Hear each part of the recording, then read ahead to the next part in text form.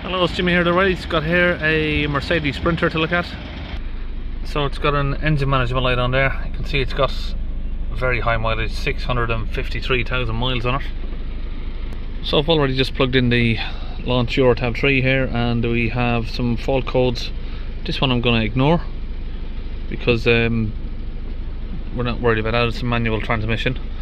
Exhaust pressure component, differential pressure of the DPF has a malfunction, a leak detected in the intake air system, and the boost pressure is too low. So this is as far as I've gone so far. I've just read the codes basically. So now we'll go through the live data, and I'm going to look at a few different items. Let's just click all of these. For the DPF, you can see there the ash content is very low. These are all very low readings of the grams, so 0.4.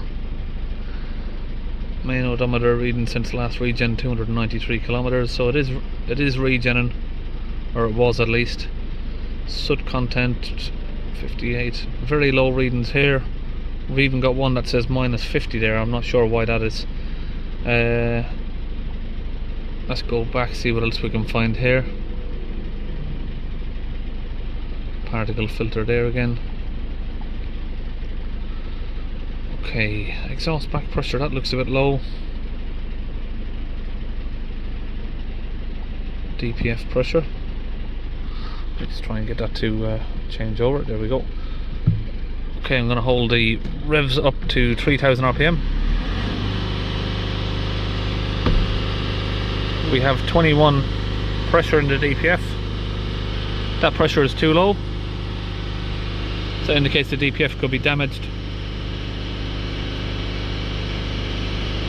Exhaust back pressure is moving, so the sensor is working.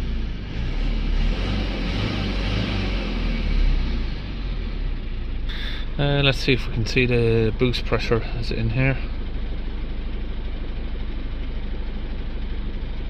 There we go. See if that is actually moving. Yep. Okay, so it doesn't look like we've got a dodgy sensor at the minute because they all seem to be moving, but we have very low readings on most of them, so we'll have to see what's going on. Okay, you can see it's had some fabricating done on the exhaust here, and yep,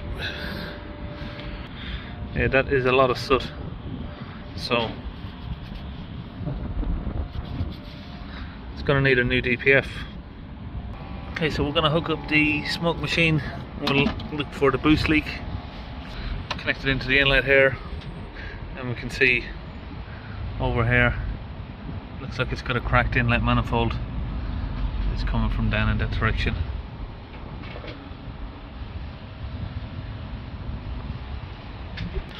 Okay, so the two things this is going to need is inlet manifold replaced, DPF replaced, and then you should be able to get to the bottom of the problem. Then you see some people have been changing sensors. They've changed this sensor in the pipes, but obviously he said it didn't make any difference. It's not going to make any difference because the pressure sensor is working.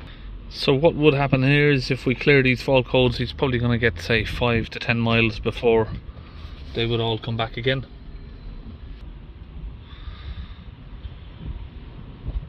So it looks like we're left with one fault code here after clearing it, which is the transmission one. So there's no repair for that one today, unfortunately.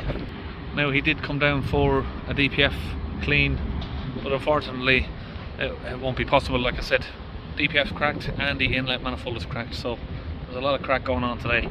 And I'll see you on the next video.